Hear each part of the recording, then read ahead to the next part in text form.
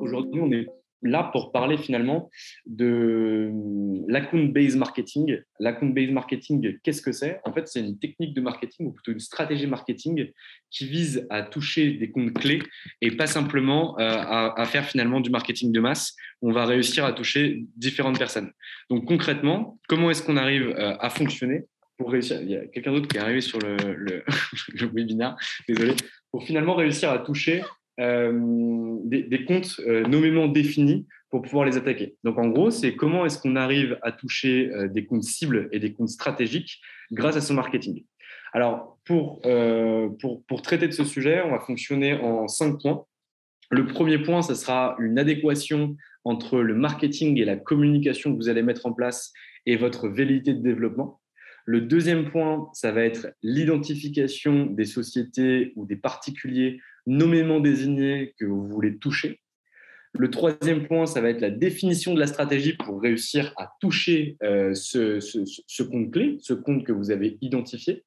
Le quatrième point, ça sera les actions concrètes à mettre en place pour réussir à les toucher et les étapes par lesquelles on va fonctionner. Et le cinquième point, ça sera vraiment des éléments de mesure que vous allez mettre en place pour réussir à toucher à cette cible.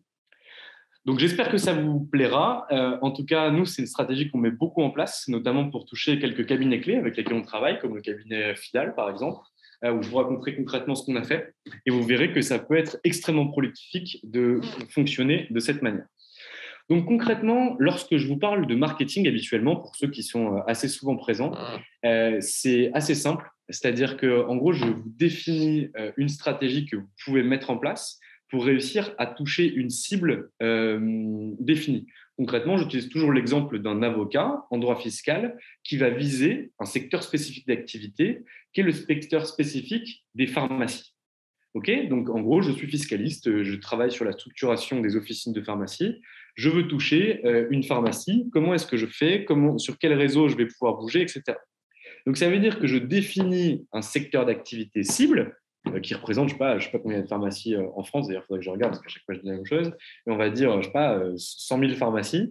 Je veux toucher 100 000 pharmacies. Concrètement, quelles actions de notoriété, quelles actions d'acquisition, quelles actions de vente je vais pouvoir mettre en place pour réussir à toucher ces officines de pharmacie.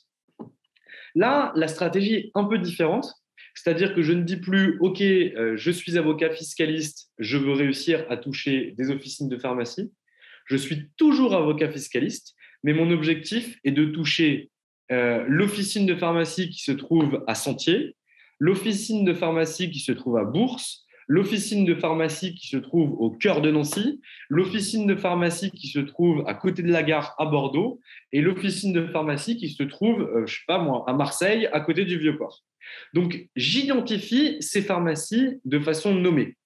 Pourquoi je fais ça? Parce qu'en réalité, je vais adopter une stratégie unique et une stratégie qui va être visée sur cette entreprise cible. C'est-à-dire que je n'ai plus une stratégie, entre guillemets, marché, mais j'ai une stratégie individuelle par entreprise.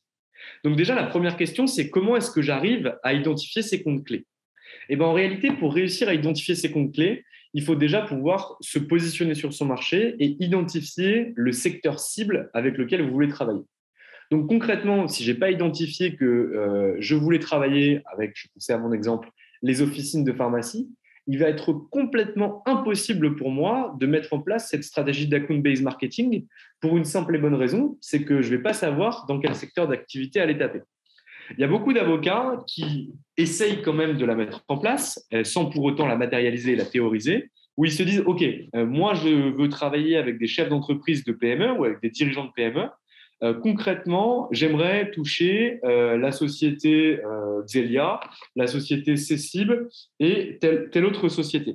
Concrètement, comment est-ce que je vais faire pour réussir à les toucher ?» Donc ça, la première base, c'est vraiment l'identification et de déterminer nommément les entreprises que vous allez aller toucher. Donc ça, c'est ma deuxième phase. Mais ma première phase, ça va être déjà de me dire, OK, concrètement, comment est-ce que je fais pour que, lorsque vous êtes dans un gros cabinet d'avocats, votre service marketing vous aide à aller sur ce secteur-là?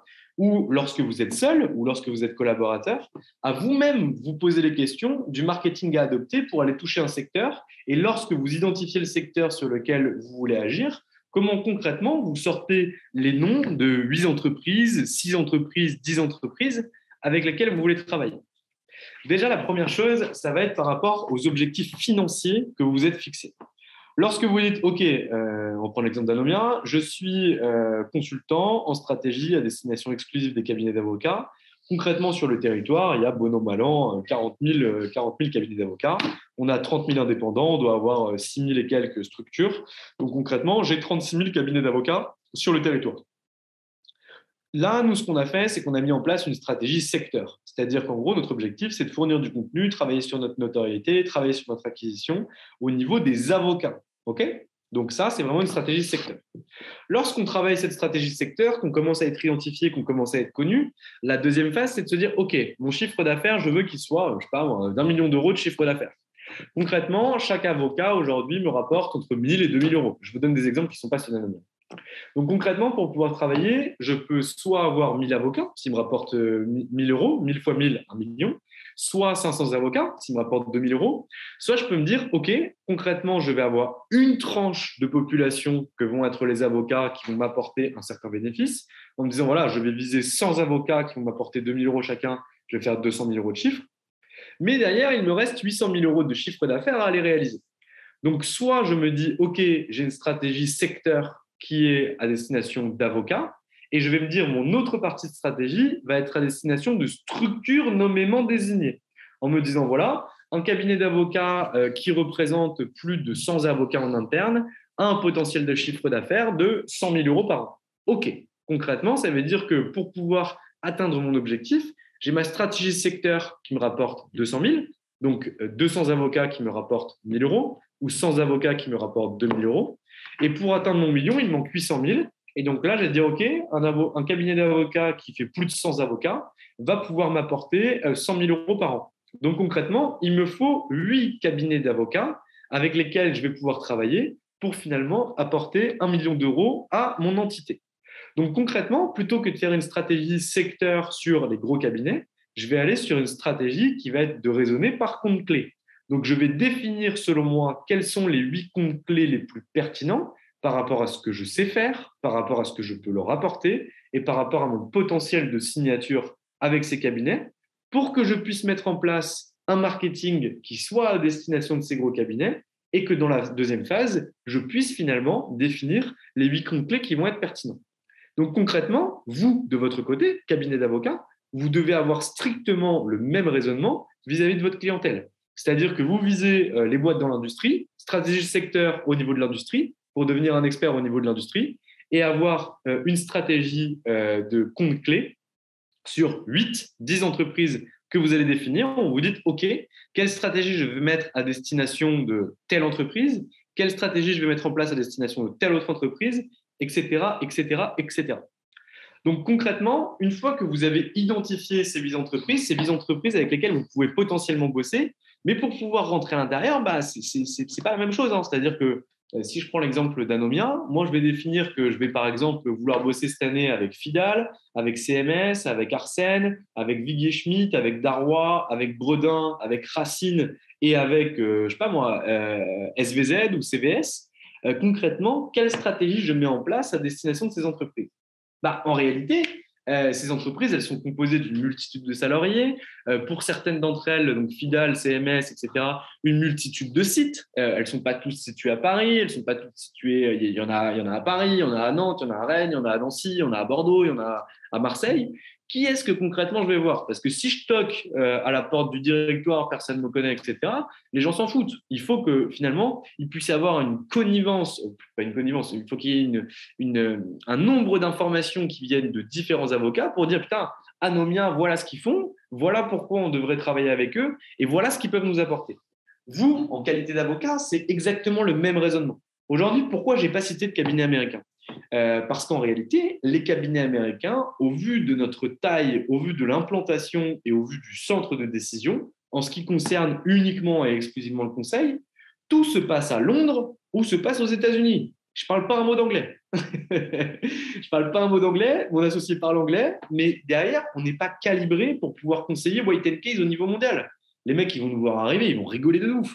Vous, c'est la même chose. C'est-à-dire que si vous êtes avocat indépendant à Paris, que vous travaillez en M&A, vous allez aller voir Amazon au niveau mondial, ils vont vous dire écoute, maître machin, t'es bien sympathique.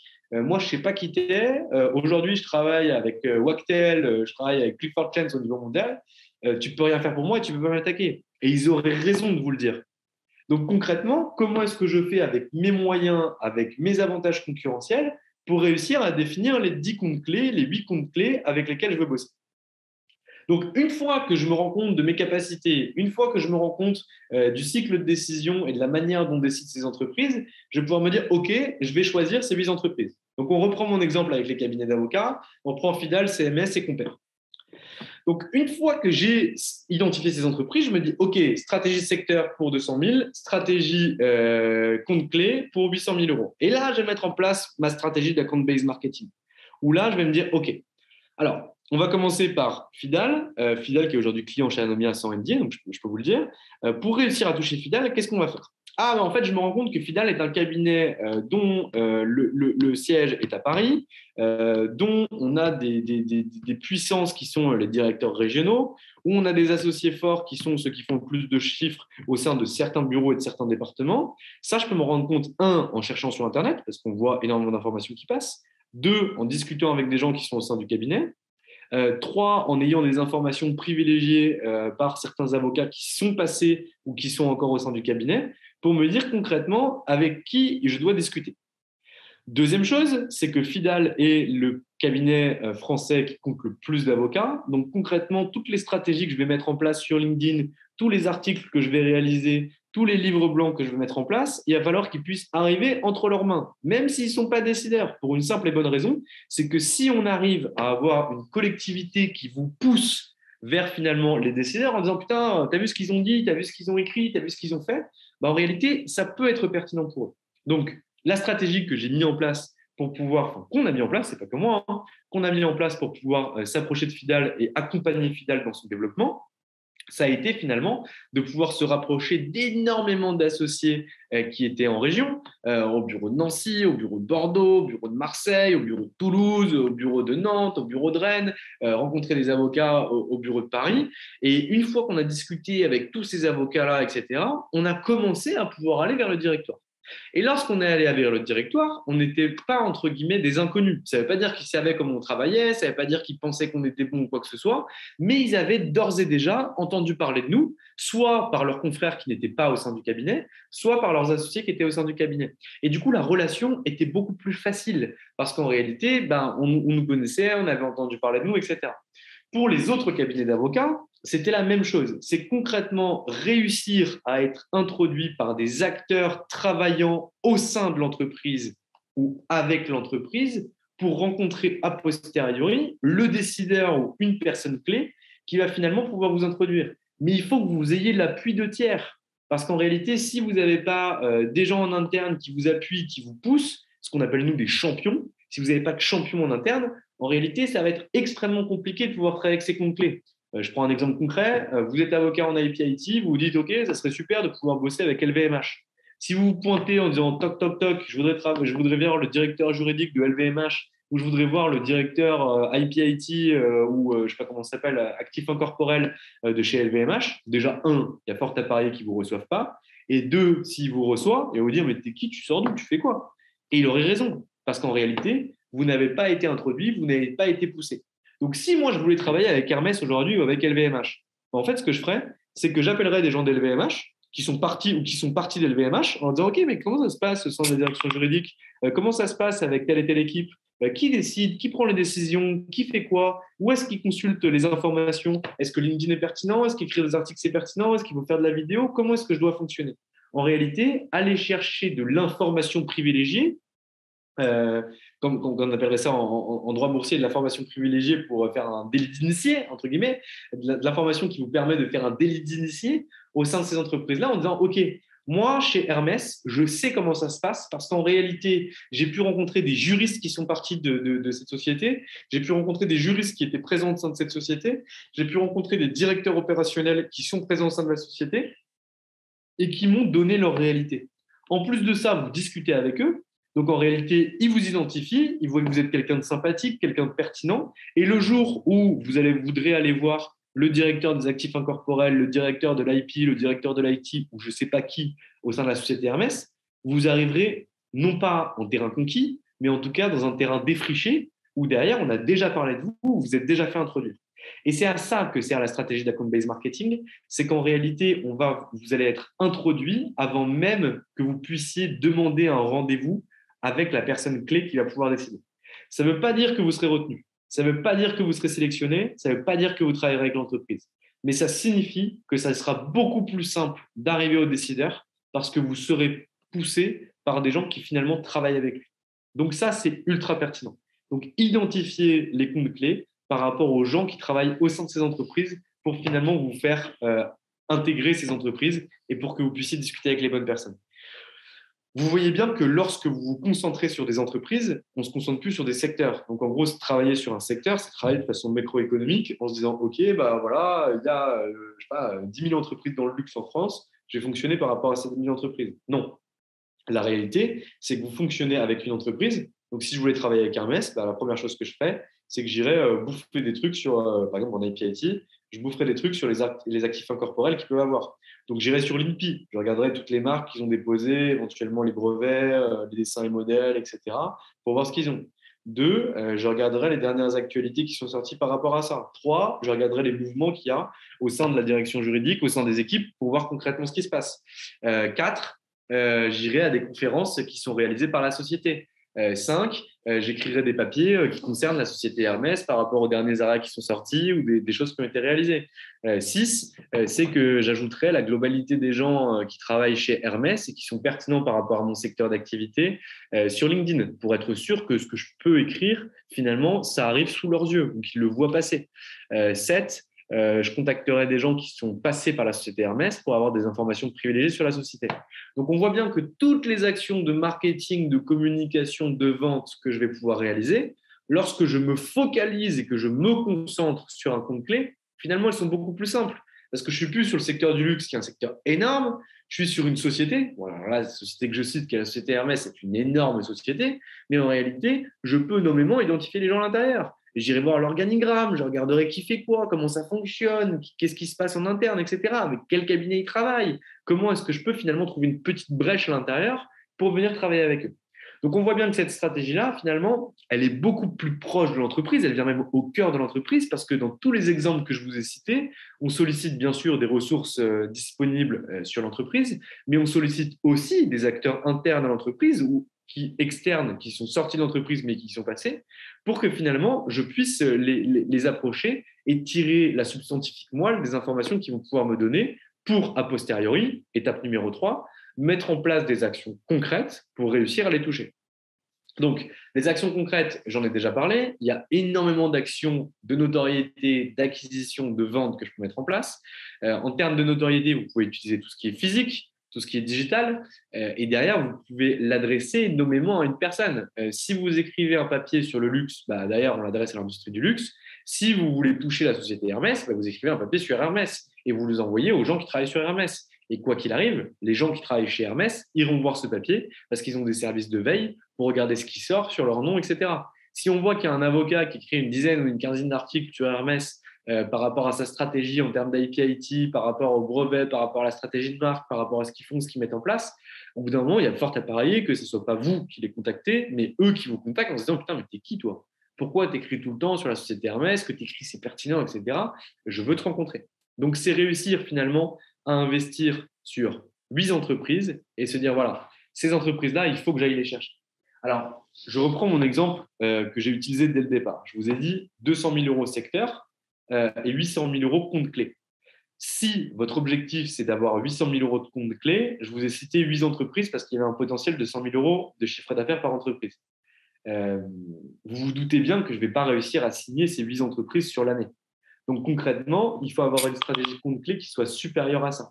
C'est-à-dire que si vous avez 800 000 euros de chiffre d'affaires avec un potentiel de 100 000 euros par entreprise, on va beaucoup plus aller attaquer 24 entreprises plutôt que 8, parce que le potentiel de signature va être à hauteur de 30% et pas à hauteur de 100%. Donc ça, c'est bien important de l'avoir en tête. Donc, une fois que vous avez capté de l'information qui est pertinente, qui a été donnée par des acteurs au sein de l'entreprise, là, en réalité, vous allez poser un certain nombre de questions qui vont vous permettre de savoir où est-ce que les décideurs vont s'informer, qu'est-ce qu'ils vont consulter, qu'est-ce qu'ils vont prendre comme information, comment ils vont choisir leurs avocats, avec quel type de cabinet ils travaillent, pour quel type d'affaires, pour quel type d'opération, pour quel type de contentieux, pour que toutes ces informations-là, vous puissiez les prendre, vous les notez bien quelque part, et derrière, vous mettez à disposition de ces entreprises le contenu dont ils ont besoin. Si en réalité, personne ne vous dit, nous, on regarde des vidéos, et que vous mettez à faire une stratégie vidéo, tout le monde s'en fout. Si on vous dit, on lit juste les newsletters, en réalité, vous faites juste une newsletter à destination de cette entreprise. Si on vous dit, en fait, nous, on ne va pas sur LinkedIn, on va que sur TikTok, il faut être sur TikTok. Si on vous dit, nous, tout ce qui est digital, on n'utilise pas, on fait que du offline, il faut faire du offline. Il faut prendre sa petite plume, écrire des articles à la main que vous allez envoyer à Hermès. Si on vous dit, nous, en fait, on regarde uniquement les avocats qui sont présents dans le Legal 500, dans le Chambers, pour pouvoir les choisir. Et bim, qu'est-ce qu'on va faire? On va investir pour pouvoir être présent dans le Legal 500, dans le Chambers.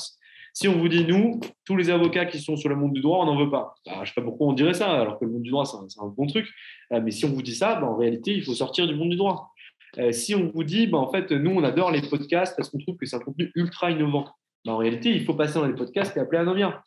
Si on vous dit, je ne sais pas moi, on va regarder que les avocats qui font les conférences des échos sur le M&A une fois par an, il faut faire en sorte de pouvoir payer ou d'être invité par le journaliste qui organise le panel M&A des échos. Donc, vous voyez, toutes les actions de communication, de marketing, de notoriété, d'acquisition ne sont pas liées à vous et ce que vous avez envie de faire, mais sont liées à la façon dont réfléchissent, dont décident les sociétés que vous voulez aller chercher. Et derrière les sociétés, n'oubliez jamais que vous souhaitez avoir des individus. Hermès, ça ne contracte pas. Okay, vous le savez très bien, mais c'est important de le rappeler. C'est une communauté, une collectivité, un individu au sein de cette société qui va un jour pouvoir décider de travailler ou pas avec un cabinet d'avocats. Et pour que ce cabinet d'avocats soit vous, en réalité, il faut le travailler en profondeur.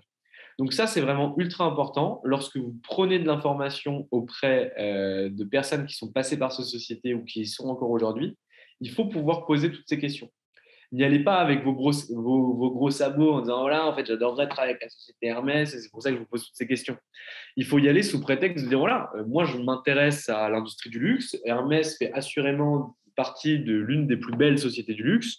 Je me spécialise sur ce secteur d'activité. » ou en tout cas, j'ai pour activité dominante ce secteur d'activité et j'aimerais bien le découvrir par rapport à vos yeux. Et là, vous allez pouvoir nouer une relation personnelle avec cette personne, pouvoir lui poser des questions pour que finalement, vous puissiez derrière travailler et mettre en place une stratégie qui soit pertinente à destination de cette société.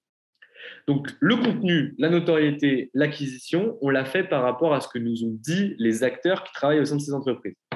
Une fois qu'on a tout ça, c'est-à-dire qu'une fois qu'on a aligné le marketing et la volonté commerciale qu'on avait, une fois qu'on a identifié quelles étaient les entreprises nommément avec lesquelles on voulait bosser, une fois qu'on a défini le plan marketing et de notoriété qu'on voulait mettre en place pour réussir à toucher directement les acteurs de ces entreprises, il nous reste une quatrième et dernière chose à mettre en place. Ça va être la mise en place d'indicateurs de performance qui vont pouvoir mesurer le retour sur investissement du temps qu'on a passé à la fois à travailler, à rechercher les entreprises avec lesquelles on allait bosser et également le temps qu'on a passé sur les actions de communication et les actions de marketing nécessaires à aller chercher cette entreprise.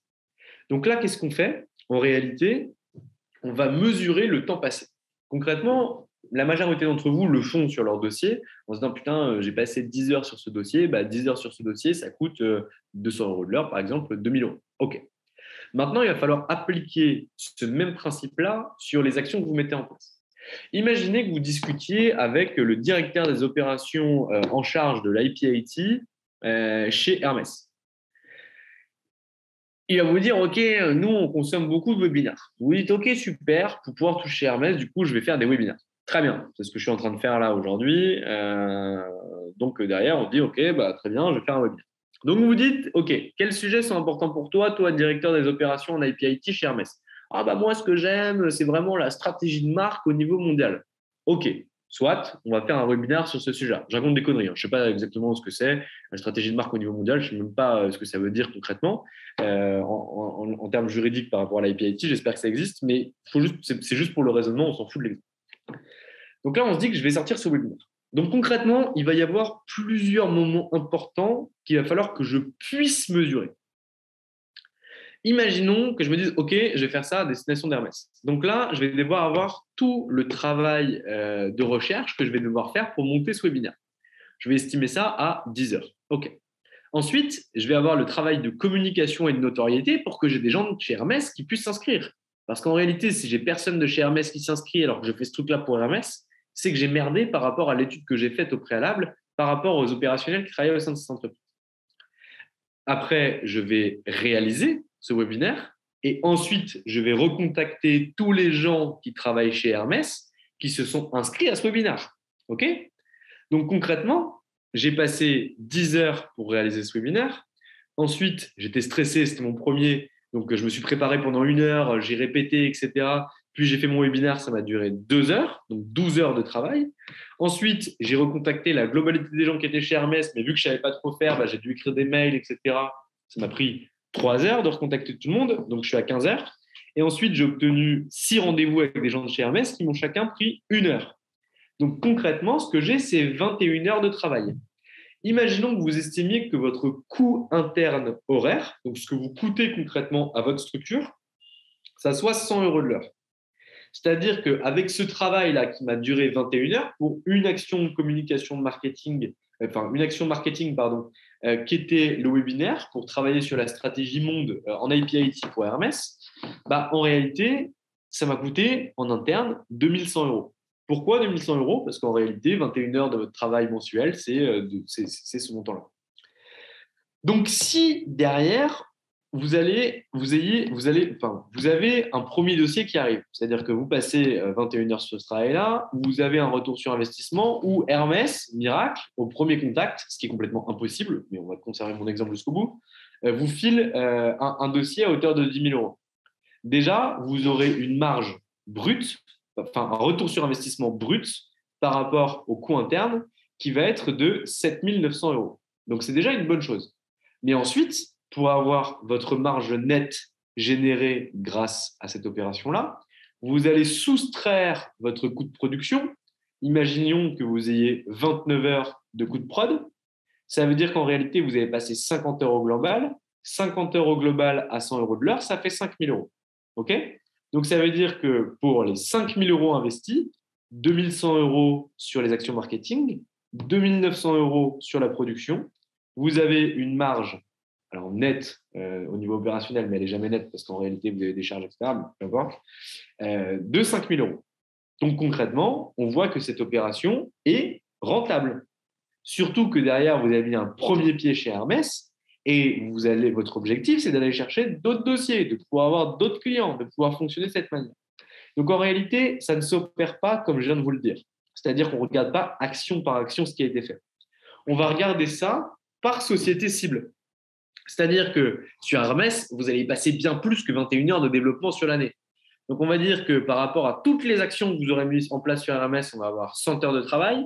Toutes les actions que vous aurez mises en place sur Dior, vous allez avoir 100 heures de travail. Pour toutes les actions que vous aurez mises en place sur Nike, Nike, c'est pas du tout du luxe, pardon. Sur Louboutin, vous aurez 100 heures de travail. Toutes les actions que vous avez mises en place sur Balenciaga, 100 heures de travail, etc. Donc, sur les 8 entreprises que vous avez ciblées, vous aurez 100 heures de travail. Et derrière, on regardera le retour sur investissement sur chacun de ces comptes clés. Et on pourra réaffiner, on pourra retravailler. Mais ce qui est pertinent, c'est d'avoir le retour sur investissement des actions que vous mettez en place. Faites super gaffe à quelque chose. C'est que cette stratégie en raisonnement par compte clé ne produira ses effets qu'à posteriori. C'est-à-dire que pour pouvoir, je reprends mon exemple, pour pouvoir toucher Fidal et signer Fidal, ça fait 2 ans que je discute avec énormément de personnes chez eux.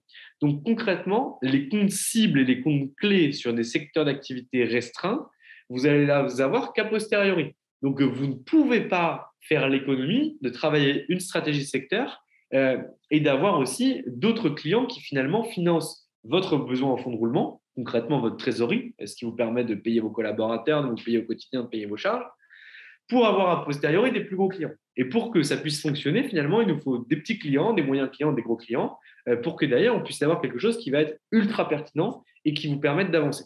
Donc ça, c'est ultra, ultra, ultra important. Et il est toujours en tête, c'est que pour avoir des comptes clés, finalement, il faut derrière passer du temps pour les avoir. Aujourd'hui, par exemple, quand vous prenez des services M&A chez Bredin et chez Darrois, il y en a beaucoup qui travaillent, enfin certains d'entre eux, pardon, qui travaillent exclusivement sur du large cap.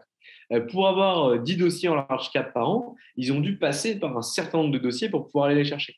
Et aujourd'hui, ils sont quasiment exclusivement focalisés là-dessus. Et parce que derrière, ils ont mis énormément de temps à aller les chercher, ils ont développé des réseaux, etc. Alors, je connais beaucoup moins Bredin que Darrois, mais Jean-Michel Darrois a énormément travaillé son relationnel, a travaillé avec des amis, a mis en place des gens, etc. Donc, vous ne pouvez pas. Et quand je parle, attendez, j'ai oublié de préciser un truc, quand je parle de comptes clés, là, je cite de grosses entreprises, ça fonctionne de la même manière pour des comptes clés sur votre secteur qui seraient des petites entreprises. C'est-à-dire qu'une entreprise de 30 personnes peut être un compte clé pour vous parce que vous avez identifié un potentiel qui était important chez cette entreprise-là. Chez juste Hermès pour que ça parle à tout le monde. Mais voilà. Donc, derrière, il faut vraiment avoir des petites entreprises, des moyennes entreprises, des grandes entreprises pour faire tourner une activité. Si votre objectif, c'est de tourner qu'avec des petites entreprises, faites cette même stratégie avec des petites entreprises où vous les identifiez et vous dites, voilà, plutôt que de taper en masse, entre guillemets, sur un secteur déterminé, je vais m'adresser exclusivement à 8-10 entreprises qui vont être pertinentes pour moi, avec lesquelles j'ai vraiment envie de travailler. Comme ça, toutes les actions d'acquisition, les actions de marketing que vous mettez en place sont des actions extrêmement ciblées qui produiront leurs effets à partir du moment où elles sont bien calibrées. Voilà ce que j'allais à vous dire.